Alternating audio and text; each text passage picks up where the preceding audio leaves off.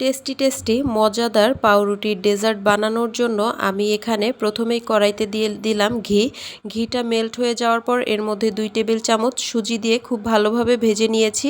এরপর এর মধ্যে অ্যাড করেছি 1.5 কাপ লিকুইড মিল্কটাকে সুজির সঙ্গে মিশিয়ে দিয়ে এর সঙ্গে অ্যাড করে নিয়েছি চিনি, গুঁড়া দুধ আর সামান্য একটু লবণ। এরপর জাল দিতে দিতে যখন এরকম একটা ঘন কনসিস্টেন্সি চলে আসবে তখন এটাকে নামিয়ে নিতে হবে। অন্য একটা হাঁড়িতে আমি এখানে 2.5 কাপ দুধ দিয়ে দিয়েছি। দুধটা ফুটে উঠলে এর মধ্যে দিয়ে দিতে হবে কনডেন্স মিল্ক, সামান্য একটু লবণ, সেই সঙ্গে আরও অ্যাড করেছি 2 টুকরো এলাচ, আপনারা চাইলে এলাচের গুঁড়াও দিতে পারেন।